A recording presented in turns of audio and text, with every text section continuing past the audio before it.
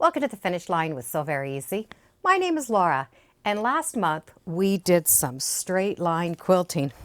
We used a straight ruler, we followed a pattern, and did some straight line quilting. The quilting wasn't exact, it was more freeform, which makes it really easy to get comfortable using one ruler, which was a straight ruler. Well, we're going to continue using that ruler today, but if you'd like, you can pull in a square ruler. So we're going to do some squares, or sort of squares, for quilting today. Last month we took that straight edge of the ruler, we followed the edge of the pattern on the quilt, and did some straight line quilting. And all we did, we just kept the ruler straight along this pattern, but it didn't matter the distance. We had this beautiful, fun look. And it's very easy because there's no measuring. Today we're going to continue using a straight edge, and there is no marking. We're going to do free-formed squares. We can do the free-form squares with a straight edge, and we can also use the edge of a square quilting ruler. I won't be using this inside. It will be just that outside. I will be using the Bernina Q20, but you can do this on any machine.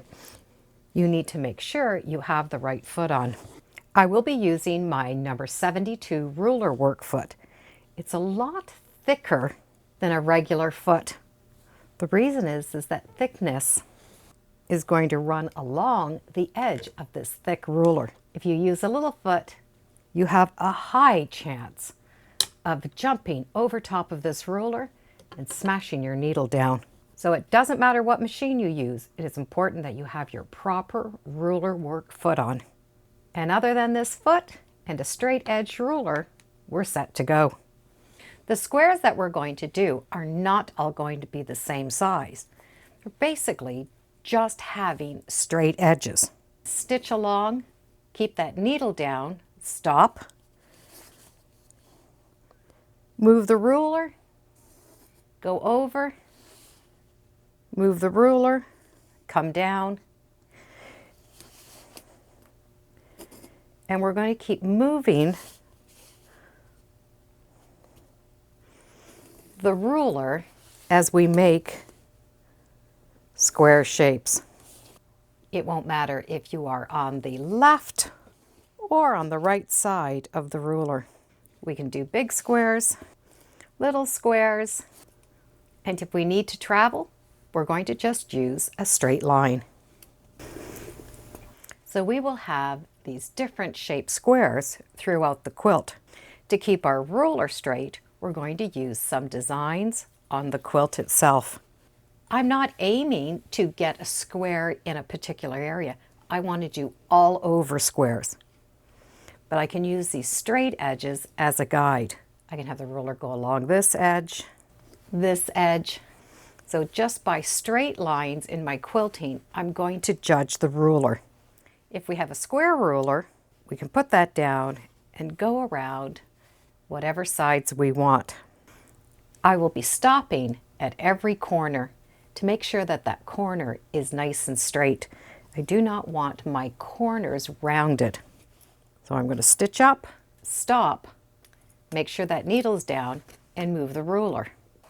When we're quilting a large quilt, so let's say this is a large quilt, in order to have some idea on where we're going to stay focused, I divide my quilt into imaginary shapes. I can imagine that quilt in 4 and work on one corner, or I can imagine it in columns and work on one column, then the second, and fill in the columns. Regardless if you have it work in 4 or in the columns, it's just imaginary lines. So if I'm doing these squares and I come over, that's fine because this side will come in also. So I'm going to fill in one side, fill in another. As you're doing one section, regardless if it's the corner or a column, it is just giving us an area to work with. So in our mind, we're not trying to quilt the entire quilt, we're only doing a small section. and then another section. And with this pattern, you're not going to notice that we've changed direction. These squares, we do want random. So by turning it, it is a bonus. It is important that your ruler is not going to slip. There are many different products that we can put on the back of the ruler to help them from slipping because they are very slippery. So we need something to prevent them from slipping. For my rulers today, I did use a product called Grippy. We just spray that on, let it dry, and it makes those rulers so they really do not move. I do have my quilt spray basted, and I'm going to envision this quilt in columns. So I'm going to be working on a comfortable spot, going back and forth, making these square shapes all the way up to the top. Then I can go to the one side, the next, and keep moving over in columns until it's all filled. I'm going to work at the bottom and I'm going to bring the quilt towards me. But you can go whatever direction you like.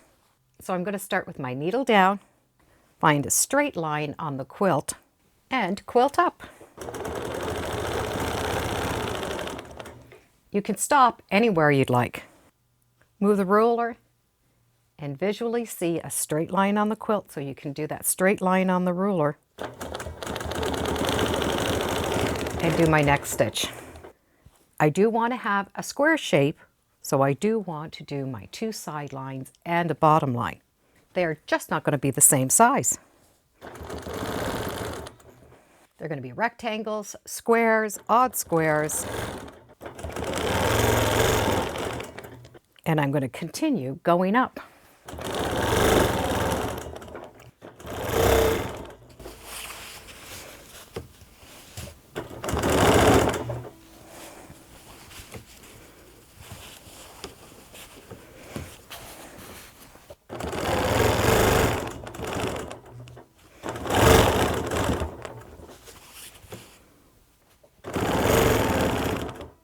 We're going to just keep making straight lines, left, right, up, down.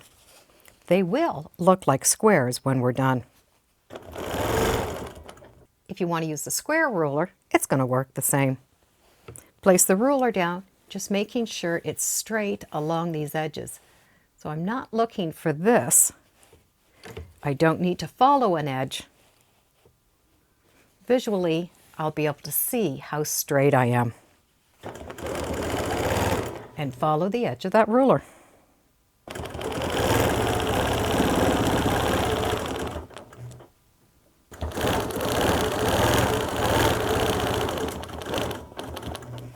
If you have two rulers, you can use one as a handle. Because this does not slip, it's going to give me some guidance. So I'm using both hands to keep it straight and to keep moving the quilt. I prefer a straight ruler, and that way I can have all different size squares.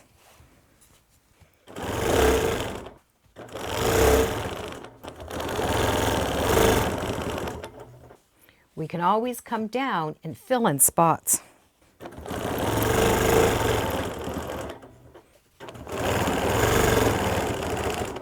We can do little squares to fill in little holes.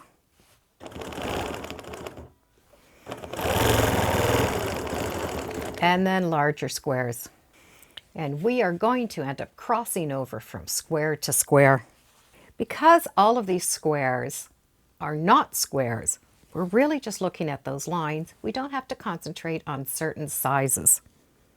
We just want to fill in this column or that square with these shapes. There are some areas that we're not going to have a line to follow. So we can follow a previous line of stitching. I can see through this ruler, so I'm able to line up a previous line of stitching, and that's going to give me the guide to follow. It's important to keep the quilt as flat as we can in this area, so we can pull and push until we have a straight line under the ruler that follows one of our guides, the stitching line or a straight edge of our quilting. You can see how we're starting to get all of these square shapes. So we're going to be able to continue that going all the way up. So put some good music on and just do some straight line quilting, up, over, down, back, forth. We just want those lines straight and all different sizes. Up, down, left, right. Having that ruler doing straight lines really does give this the appearance of squares. They're not squares, but from a distance, it really does give this big square appearance. And I did find a perfect background fabric for this. The fabric is from Benartex and it is called Contempo. And it definitely has that same look that we've put on the front. I love to do this straight line quilting. I have that ruler and I don't have to mark the quilts. I just use marks that are already on the quilt and then stitching lines. When we don't have to mark our quilts, we definitely can get them quilted a whole lot faster. And thank you for joining me today on Sew Very Easy. Feel free to subscribe, and as always, come on back. Let's see what we're doing and talking about next time in the sewing room. Bye for now.